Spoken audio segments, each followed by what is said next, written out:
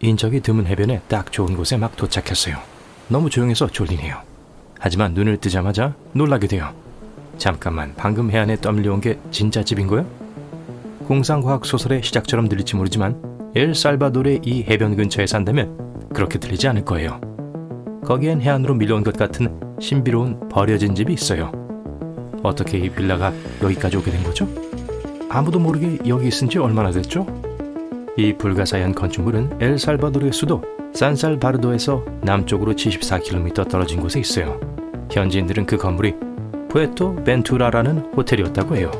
이게 지어졌을 때 제일 인기 있던 게 바다에 정말 가까웠다는 사실이었어요. 불행하게도 그 뒤에 설계는 잘 되어 있지 않았어요. 이 모든 건 지역 주민들이 공사를 시작하기 위해 어떠한 공식적인 허가도 필요하지 않았기 때문이에요. 호텔은 물에 너무 가까웠고 위험하게 요소에 노출되었어요.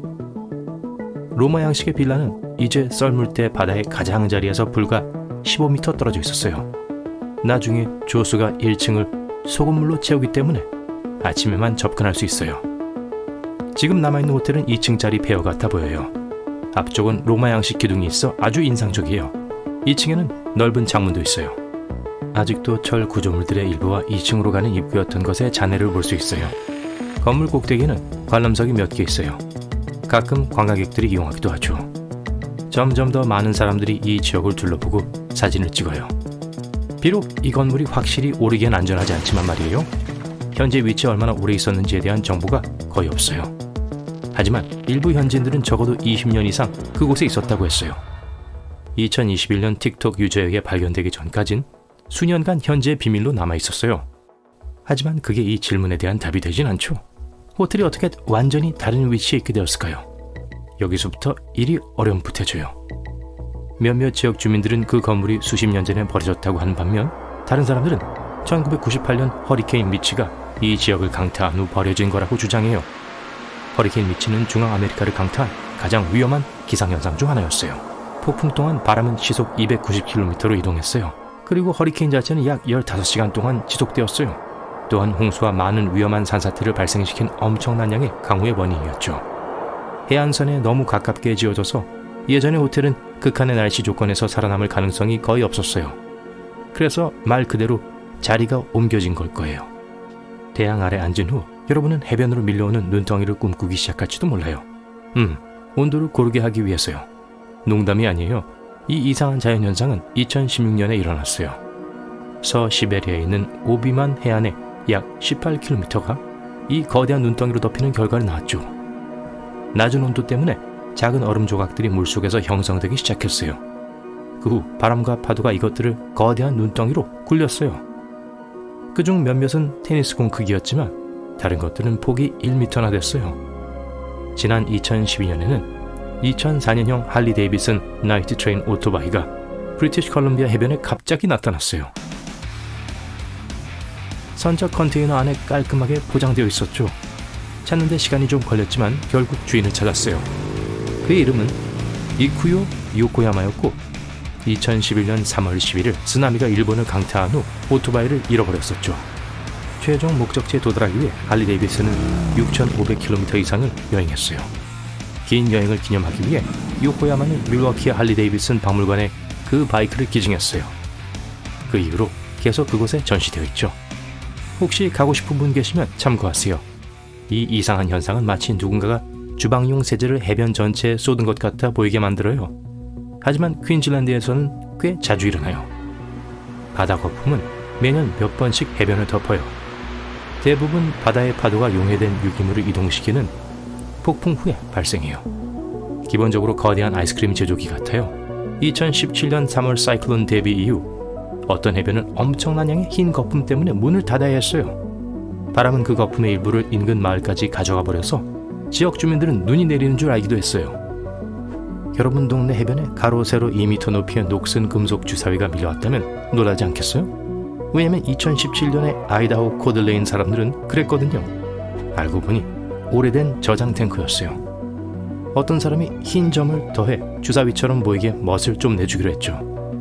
1992년 대형 컨테이너선이 파도에 부딪히면서 그 안에 수천 마리의 고무 오리들이 바다에 좌초되었어요. 여러분도 상상할 수 있듯이 오리들이 전 세계, 하와이, 알래스카, 남미, 호주, 유럽 그리고 심지어 북극에서도 나타나기 시작했어요.